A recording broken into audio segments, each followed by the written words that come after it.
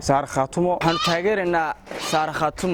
Khaatumo oo u sharaxan xildhibaanka federaalka Soomaaliya taageeraya xildhibaanada aadka u qaaliga ee Sahar Khaatumo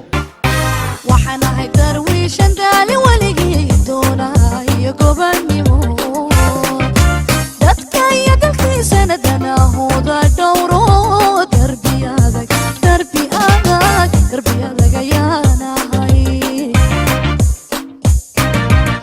Sahra Cali Dheere Sahar Khaatumo oo u taagan xilka murashax xildhibaan ee sanadda 2021 ayaa kamid ah xubnaha ugu cadcad bulshaduna si weyn u saadaalinayso doorashada soo socota Sahar Khaatumo ayaa si gaar ah loogu xusuustaa waxqabadkeedii Khaatumo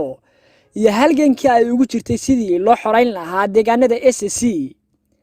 inta badan bulshada gobolada Sool Sanaag iyo Cayn aan wareysiyo la yeeshay ayaa si gaar ah u xusay Sahar Khaatumo waxaana ay sheegeen inay tahay ruux cadaali oo ay mudan tahay tagada murashax xildhibaan ee sanadda 2021 bismillaahir rahmaanir rahiim waxaan halkan fariin taageero ah uga dirayaa Sahar Khaatumo oo u sharaxan xildhibaan federaalka ah maanuga hina waxyaalo badan qabatay sida nabadeyntii oo kale ka qayb qaadatay waxaan ku leeyahay insha Allah wad guuleysanaysaa waxaad dhigatid ama ummadaada waxaad u qabatid baana baaldaab ku galay waxaan taageeranaa Sahar Khaatumo xildhibaan federaalka u sharaxan aad iyo aad baan u taageeranaa kana qayb qaadatay dib heshiisiinka aad iyo aadna kugu taageeranaa ku guuleysan koona dadaalkaaga halka ka sii wad ka taageeranaa Sahar Khaatumo oo u sharaxan xildhibaanka federaalka Soomaaliya Alaykum rahmatullah halkan waxaan ka salaamayaa wadada Soomaaliyeed oo dhan waa Idris Xasan Gaas oo ka hadlaya Laascaanood gobolka Sool halkan waxaan ka hambalyeeynaa xildhibaanada ka taageeraya xildhibaanada aadka u qaaliga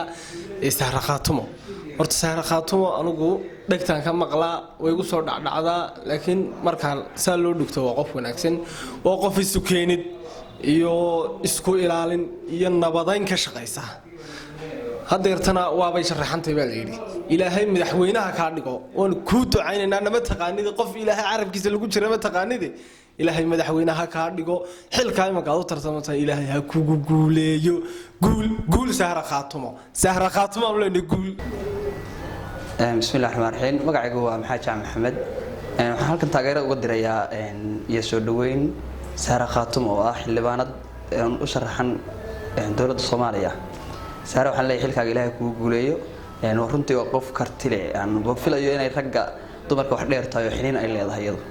marka waan leeyahay guuleyso Sahar soo dhaweynaa aad iyo aad baan soo dhaweynaa waxaan leenahay insha Allah guuleyso ayaan leenahay wasaaradda haweenka ana hadda musharax xildhibaana oo